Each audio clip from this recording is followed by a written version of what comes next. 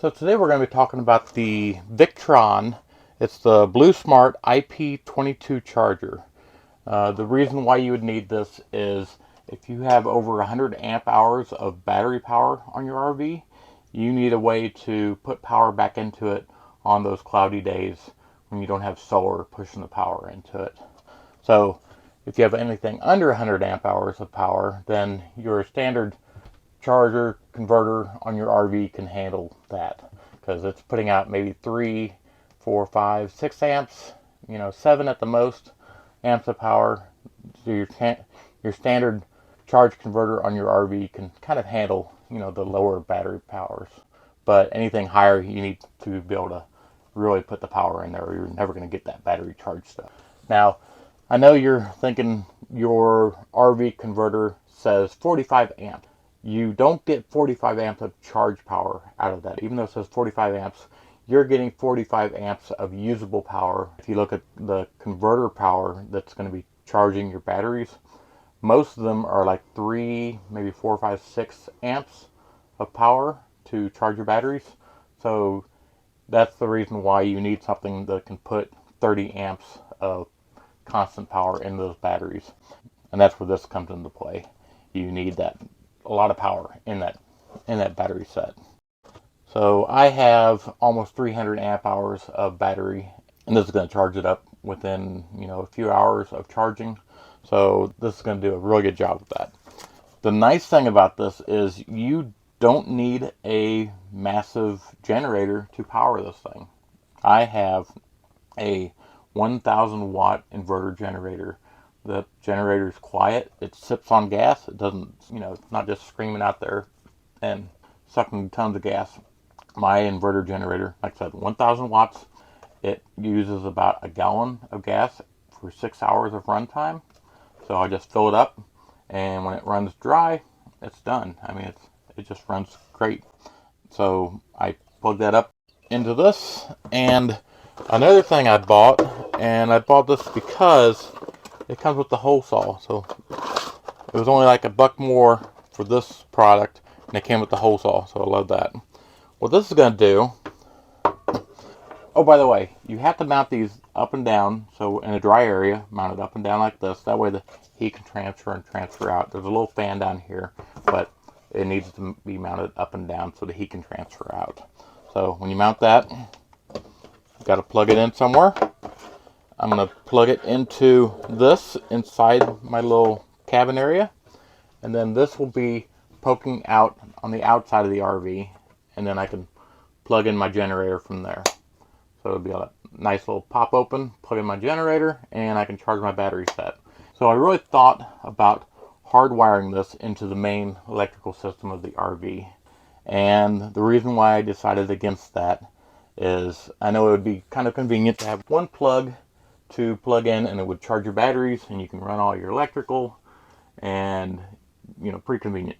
But my thought is, I want this to last forever, and I know it's rated to last forever, 5-year warranty, but I don't want to be running this thing constantly. I got solar on the roof. The solar is going to be maintaining the batteries, and then on cloudy days I'm going to just plug this thing in to get power from my batteries.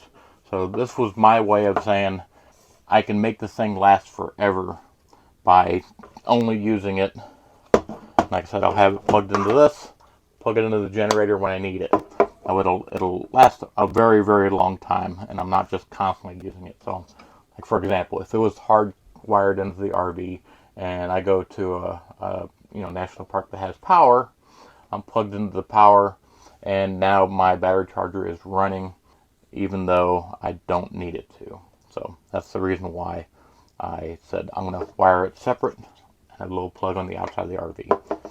And the nice thing is, if I do need to charge this thing, I just plug a wire up to it. So I still got the capability. I don't have to, run it only from a generator. I can still plug it in. So let's get installation process going on this, and we'll show you that right now. So this is inside the area on the RV where I'm going to mount it. I think I'm going to mount it right here. That way it's a good 4 inches away from the edges, and it has a good area for the heat to dissipate from it, because it's going to get pretty warm and right here it'll just be tucked away. And it's still close enough to the batteries that I'm not going to be running a giant cable over to the batteries. So this is a good spot for it. So these are the mounts I use for mounting everything in my RV, pretty much everything. These things are at Home Depot. They hold 50 pounds apiece. Put 4 of them on this and it'll hold it up just fine. Now let me get my marks. 1, 2. These things you just push in. Let's mark our top ones. Alright, so now that that's mounted and you can see it's nice and sturdy on there, we're going to pop our bottom cover off. Okay, now we got the positive negative on. We're going to run these wires outside. Okay, so I got my cables run through. I'm going to tie them up to the battery. So if you're installing this and you have a shunt that measures how much power you're creating or drawing from your system, it's a good thing to have a shunt. That way you can accurately tell how much power is in your batteries. Put your negative on the other side of the shunt, and then you can put your positive on the battery terminal, and that'll keep your shunt being able to tell you how much power is in your battery. That way when your new Victron charger is charging, it'll show you the amount that you're actually producing. So that is the installation. I could easily plug this thing into a generator right now and start making power. But I'm going to real quickly install this. That way I have a nice easy port to access outside the RV. So let's install that real quick. Okay, so I used the hole saw that it came with, drilled a hole, just stick that through, and then this will go right here. Then you just plug the other end into your Victron charger, and then you'll have a nice port to charge your batteries from outside.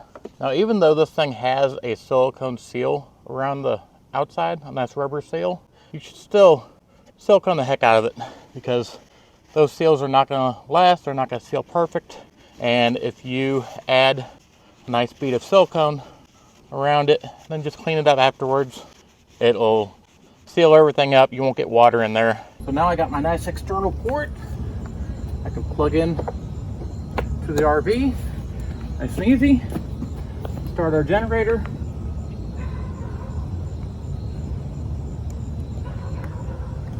By the way, this is the 1,000-watt inverter generator I was talking about before. It's quiet and easy to run, and also easy to start. Also, now that we got the generator on, we can actually set our mode. So I'm running a LiFePO4 battery, so I'm going to run this thing on lithium ion. That's for the LiFePO4. And once it's set, it's set. So I can unplug the generator, plug it back in. It's going to remember that I'm on this setting. So let's go inside and see the battery charging now. So you can see right here, my battery monitor is saying I'm pulling in 31.5 amps. I have a little bit of solar pulling in right now. So let's see what the Victron is actually saying. It should say 30 amps of power coming in. I am currently putting 30 amps of power into the battery, so that's going to charge it really fast. And I have 13.73 volts going in because I have it set up on the lithium ion, the LiFePO4. That's giving me a higher voltage for my amps to go in. So let's see how much amp hours I have on my battery right now. So my battery currently has 79 amp hours of power in it. So we're going to check back in 1 hour to see what kind of amp hours I have in it at that point. So in 1 hour of running the generator, it was able to charge my batteries up to 109.4 amp hours. That means that the Victron charger is putting 30 amp hours into my battery. So in 6 hours of the generator running, I can get 180 amp hours of charge out of it, which is plenty. I never use over maybe 130, maybe 140 amp hours top per day, and that's with my inverter air conditioner running at nighttime. So it'll definitely be able to run and handle everything I need. So that is the installation of the Victron BlueSmart IP22 charger. I really like this. It's going to get me through the cloudy days whenever my solar isn't going to be able to put enough power into the batteries. So this does my cloudy days. It has a 5-year warranty, so that's telling me that it's a tough device.